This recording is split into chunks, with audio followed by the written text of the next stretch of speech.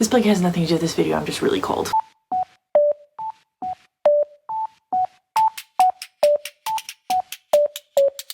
Hi, welcome back to my channel. My name is Amanda, and in case you're wondering why the framing is a little bit different on this video, it's because my back hurts and I'm slouching today. Normally I sit up straight and it's a nice frame, but sorry, today it's just not gonna work out. So today I'm going to be doing my first real video on my 2020 rereads challenge. You shouldn't be watching this video if you don't want spoilers. In case you haven't seen the intro video, in 2020 I am planning on rereading upwards of 15 book series from my childhood, past, younger days, and I'm going to be doing videos. Some of them will be vlogs, some of them will be reviews. Today we'll be doing a review of the first series that I read this year, well, reread. I don't have the series with me, actually. That's a bold-faced lie.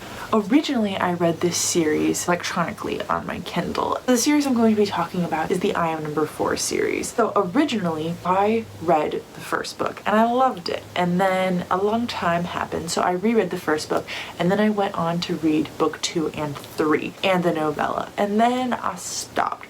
Eventually, years later, I went on to reread books 1 through 3 and to finish up with the audio versions of the later books. And at that point, that was the first time I had finished the series. In 2020, I decided to listen to all of them through audiobook, and I think that is part of the reason why I didn't end up finishing the series. So I ended up rereading books 1, 2, 3, 4, and 5 and about 30 minutes of 6 before I quit. So I really only had 2 books left and I couldn't bring myself to do it.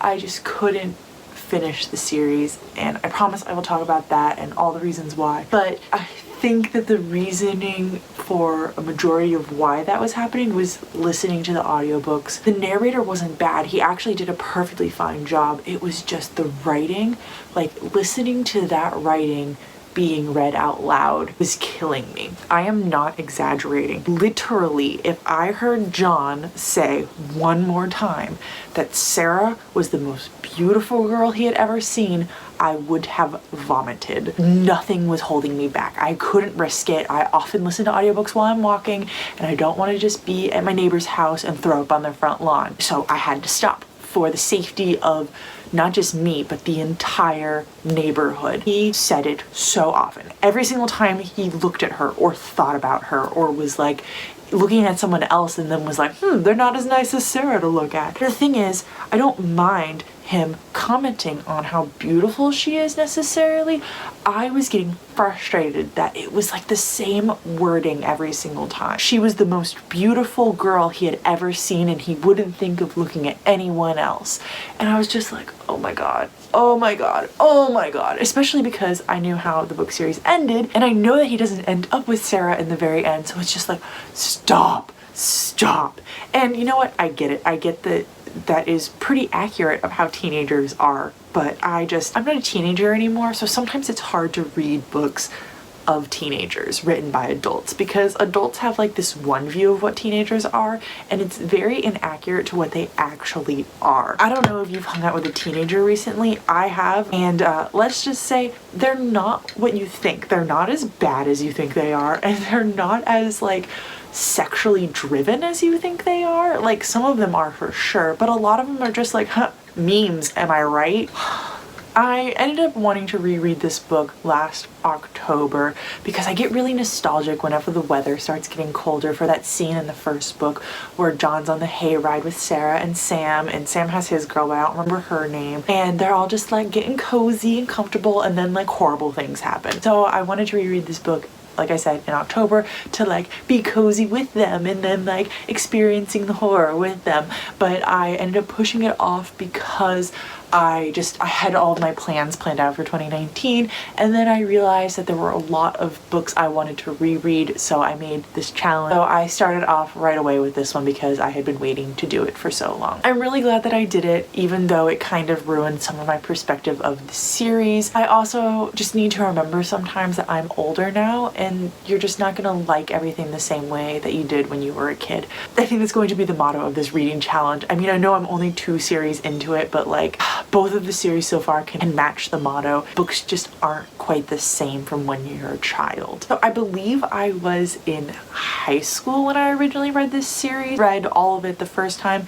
The time that I actually finished it, I was a sophomore in college. So, I mean, still a teenager technically. We'll get through the issues really quickly and then I'll focus on the positives at the end and then we'll wrap up this video. My issues were, beyond it being juvenile and kind of inaccurate to teenagers, I'll not stick up a finger for that one. The world didn't draw me in like it used to, and I think part of that is because I already knew the ending, so I didn't have that suspense of like, what's coming next? Do I need to like be suspicious of this person? No, I already knew who to be suspicious of. I already knew the twists and turns, and it wasn't good enough to just keep reading without those twists and turns. Like, there are some books you know the endings to and you can reread them over and over and over again, but this one I just didn't feel like it. And then some of the characters really bothered me, and it wasn't even like the characters on their own bothered me, it was like characters interacting with other characters bothered me.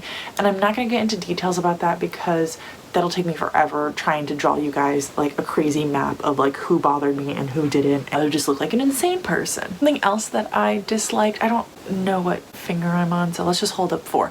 And a lot of authors do this, so I can't even like fault him all that much, is that book 1 felt so different from book 5. Book 1 was about this boy who is an alien. He's trying to keep himself and his guardians safe, and he's learning about his new magical abilities, and he's making friends for the first time in his life, and it's just like this small town nostalgic, like, we're learning about things feel. But then by book 5, it's like this huge big thing, like the whole entire world knows about these aliens, and like the government's involved, and like there's lots of aliens with powers, like humans all of a sudden have powers, and it just wasn't the... Anyways, I used to be really into this world and into this series, and I just got to the point where I was kind of just like, I don't believe it, I'm not into it. And I think a lot of that is because my tastes have changed. Some of the things I liked about this series: he has a lot of women representation. It's not where it could be, but it's definitely great for the time this book was written in. It definitely had this nostalgia factor to it, something that I kind of think as a disadvantage but also as an advantage was it's so obviously early 2000s. Like, they're talking about his cell phone having like a keyboard on it, and they talked about Henry map questing something at one point, and no one really texts all that much. Like, there was a few text messages sent back and forth, but there's like no Google, like, you know, you go just to like go on your iPhone, which isn't a thing, and you go to like Google something, it's not a thing. There were a few references that I know I caught where I was like, wow. Early 2000s is a lot different from 2020. I think overall I would have to say that this was a good book series for me to have read in my early high school years. I wouldn't recommend this series to anyone outside of high school. I think that you'd at that point be too old for it. Maybe your first few years of college, or the equivalent of before you're 20. After that, I don't think you're gonna really get a good connection with it. There were a lot of nostalgia factors that helped me continue to read it, but in the end, it just wasn't enough to have me finishing the series. Thank you for watching this video. Next in this series, I'm going to be talking about the Chronicles of Narnia. You'll probably notice that I'll be wearing the same exact thing, and that's because I'll be filming all of these on the same exact day. Again, thank you for watching. If you've read this series, please comment down below your thoughts or opinions. Link a video if you've talked about it. I'd gladly watch it. I hope to talk to you guys about it in the comments.